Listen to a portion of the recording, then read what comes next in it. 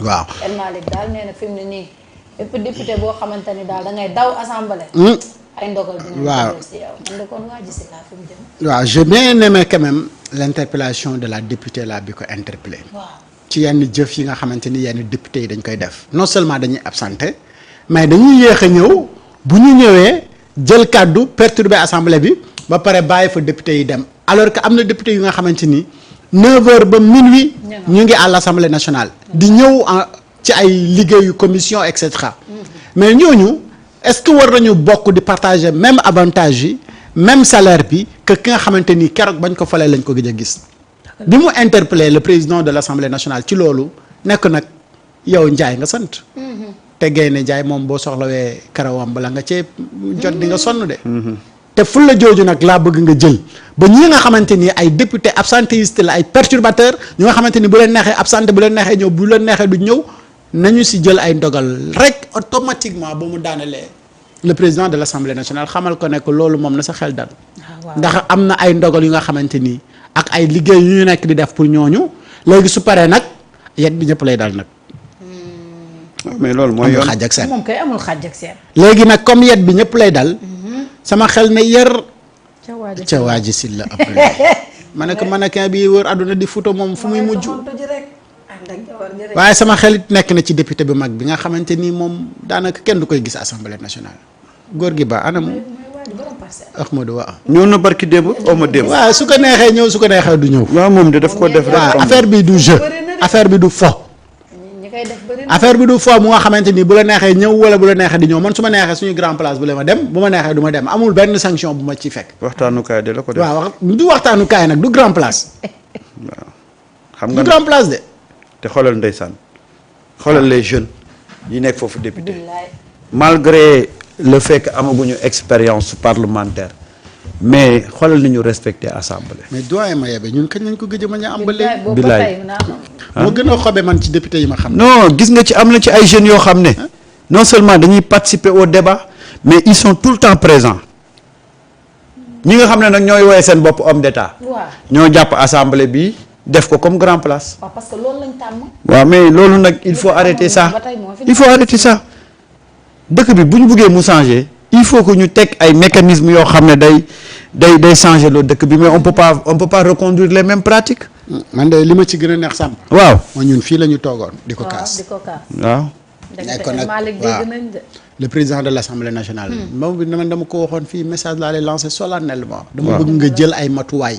mais ci député yii mais xoolal tey assemblée bi bu ñu la defaree bu ñu la defee large bi gros plan bi. mais da ngay gis ne sièges yu bëri yi amul ay député kenn nekk. mais bu ñu la waxee yoroon naa démb tableau absence yi. Maguette tey ñëw na. Birima moom gën naa ko. mais xoolal Afa merci beaucoup xoolal doyen Alla Kane. waaw ak mag la ndeysaan. du ma koy ñeewantal nag. waaw toogaay bu yàgg. dafa te dafay tout le temps présent. bu waree jël kaddu mu jël kaddu wax ko ak hauteur. te ñoom dañuy wax ba pare génn dem seen yoon. mais xoolal petit boubé. petit boubé. petit boubé ñëw jël kaddu. wax la muy wax ba pare fëgg ci taal te moom saa suy wax yuuxu. parce que dañ ba pare génn dem yoonam moom kenn du ko dégg faw mu yuuxu pour ñu dégg. non non c'est-à-dire que xam nga nu ñuy def. c'est-à-dire que dañuy caaxaan. dañuy gis ne médias yi ñëw nañ ñu profité ci wax benn affaire boo xam ne moom la médias yi di récupérer après ñu dem. toog fa duñ fa xaar seen tontu. déedéet c'est-à-dire que dañuy ils s'amusent avec l'institution quoi mais dès qu'à pareil il faut prendre des décisions fermes. Malick moom nee na saay nee na liggéey bi noppi na. waaw suñu toll nii moom appliqué rek. mais il faut parce que nag des manquements yu nga xamante ni ay obligations parlementaires la nga koy appliqué. gis gën naa ko gis de moom depuis. maire Mbao talu leen nag xam nga moom gën naa député yi ma gën a gis dañoo bëri sax torop xam nga bu la wóoree ne décision bi boo ko jëlee peuple bi yëpp ay tàccu. bu ci xaar jëlal. tey duñ ne dañuy sanctionner les absentéistes ba nga gis ci population bi ku naan la noo ànduma ci. bu ngeen amee la confiance du peuple il faut appliquer il faut faire des réformes c'est-à-dire que aujourd'hui tey tout ce que le peuple attend c'est des réformes en profondeur bu leen ci xaar bu leen ci layam yi c'est ça qu'on attend. 62 absents tey waaw xam nga opposition bi kenn nekk fa. 52. 52. waaw 52 ça s'explique quelque part. si naka. ci yenn député Pastef yu absenté parce que seen benn collègue woy juróom dafa gaañu démb. ñu annoncé ko donc am na naturellement ñoo xamante ni dañu dem. merci Teddy Derion. si dëj boobu mais am na ñu nga xamante ni moom. de tout le temps sont absents. duñ ñëw sax assemblée. non duñ ñëw. Pape ñëw na tey. yambar bi ñëw na tey. jooykat gisuma ko. te demul di boole Sonko di jooy Sonko la boole ji Sonko dem sax nga. Teddy de nee na Teddy Derion nee na topp maa ngi yow ñu présenté wu assemblée pour ñu présenté wu pour nekk député assemblée. non loolu duma ko seetaan. leen fii rek yéen mën a yéen bàyyi fii rek buñ dem buñ dem assemblée. te di bàyyi ko rek bàyyi ñu rek bàyyi rek man ak ñoom ñu toog fii. fii rek. Fatoumata ñu dem. ba ñu gën a màgget bu ñu gën a expérience. wax tey ak publication bi nga xam ne Maps Cissé dugal na ko ñu dem ñëwaat ci publication bi.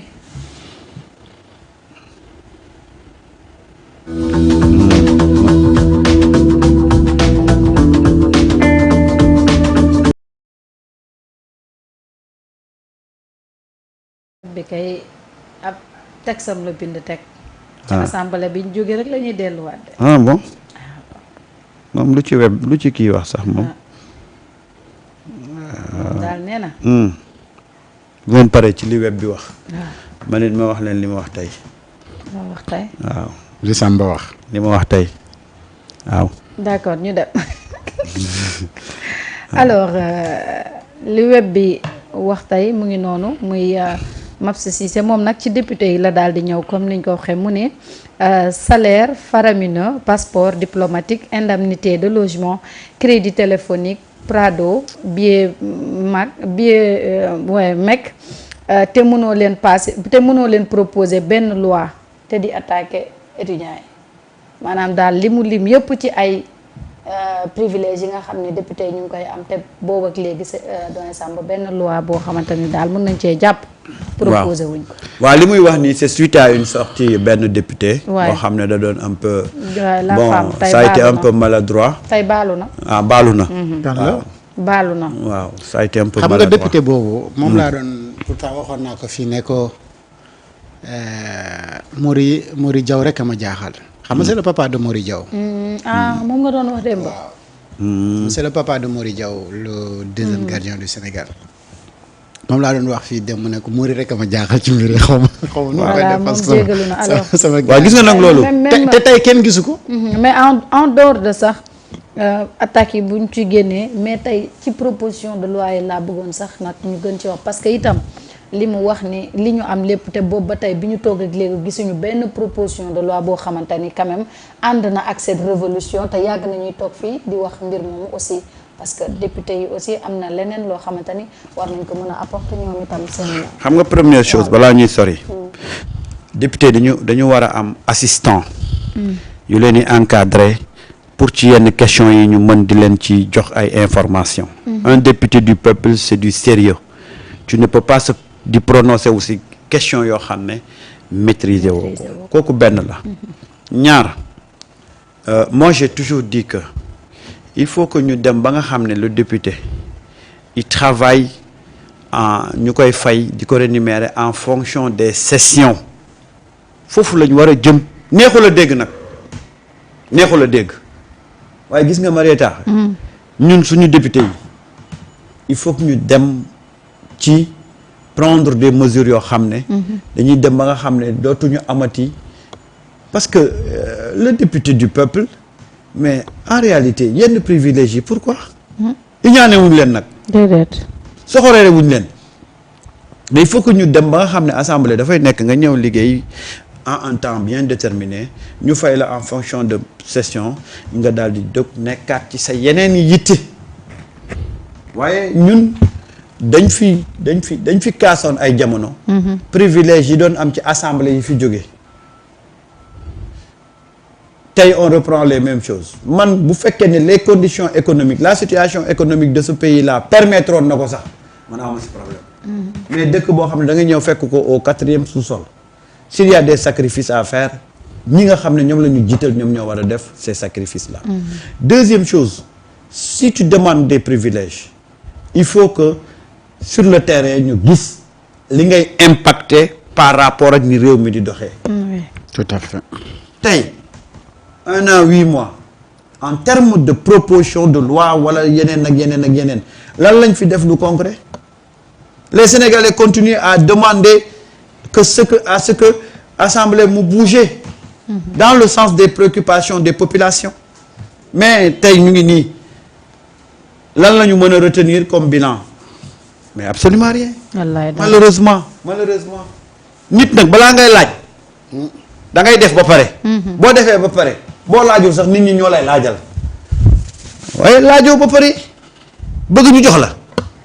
mënul nekk de. finalement lan lay nuru day mel ni yow da nga faa dem pour ay privilèges te une fois encore. mel leen ni Ousmane Sonko ñëwul ci gouvernement bi jàppee ko comme un lieu de jouissance da koo jàppee ab sas bu mu war a saso liggéey ko pour les Sénégalais. waaye gis nga booy dem ci benn affaire rek jàppee ko ne yow da nga faa war a nguuru mooy indi yow nguuru gi ngay gën a xalaat que yow la fa yóbbu te nag dañ ne rupture bi nag dafa war a acter à tous les niveaux. waaye li ñuy gis ni ay laaj nii ay parado yooyu. depuis sa absentéiste boobu yow nga absenté ñëw di laajte oto. waaw. ah. góor gi te moom nag ñàkkul ko de. xam nga su dul woon sama copain ba léegi def naa la bu yàgg mais bref terewul Mori baal ma ko rek parenthèse bi ah tu es mon ami tu restes mon ami quand même Mori mais li Samba wax loolu mooy dëgg. à peine 1 an ñoom la ñu def à l'Assemblée nationale. waay. mais mënaguñu la wax benn réforme bu benn député engagé bu nga xamante ni dafay accompagner cette révolution. parce que ñoom ñooy légiférer les lois. et tey amul benn proposition de loi bu nga xamante ni ñoom dugal nañ ko bu nga xamante ni dañ lay won ne lii c'est pour accompagner la révolution parce que nag bu ñu fàtte ne il y a plus de 80 personnes comme ni ko Maps c'est nettali ci publication Bernard bi mu jottali que ni 80 personnes plus de 80 personnes plus de 2000 personnes ont été victimes donc de li nga xamante ni moom moo xew et ñun tout le temps dañuy yem rek ci les 80 personnes wala les plus de 80 personnes yi dee mais li nga xamante ni moom mooy les dégâts collatéraux ñi nga xamante ni ñoom ñoo gaañu après seen incarcération mais ñooñu ñaata la ñu toll. et tey boo demee ci kuréel gi nga xamante ni moom moo ëmb les ex-détenus bu ñu lay citer nombre de personnes yi nga xamante ni après dañu gaañu ci ay séquelles yu nga xamante ni dañ ko jëlee ci kaso bi mais dafa bëri Daaru Muxti ñu ngi ñaanal Pape naka la. Pape Modou Seck. Pape Modou Seck mi nga xamante ni mais ci loolu ci séquelles yi la bokk. fils unique bi nga xamante ni moom rek la yaayam yoroon mais kooku tamit ci victime yi la bokk et tant d'autres parce que man j'ai la chance d'avoir des contacts directs ak ñi nga xamante ni ñoom ñooy les ex-détenus di waxtaan ak ñoom parce qu'en réalité j'ai plus l'habitude de bëggatuma sax di nettali ne mon jeune frère ki topp ci man dañ ko jàppoon mais ñëpp ñi nga xamante ni dañ leen jàppoon ñoom grand P ak ñeneen ñëpp mais tout le temps je suis en contact ak ñoom di leen laaj ñuy wax am na ñu nga xamante ni da ngay waxtaan ak ñoom nga xam ne yaa ngi wax ak ñoom nii mais nekk ñu fi mais loolu ci conséquences yi la bokk. mais dëkk bu traversé loolu yëpp yéen ngeen nekk ay député pour réparer donc lépp li nga xamante ni moom moo fi amoon mais ngeen def 1 an ba mu jeex tàkk mais kenn xalaatul jëmale ci loolu mais nit ñi dañ leen di interpeller.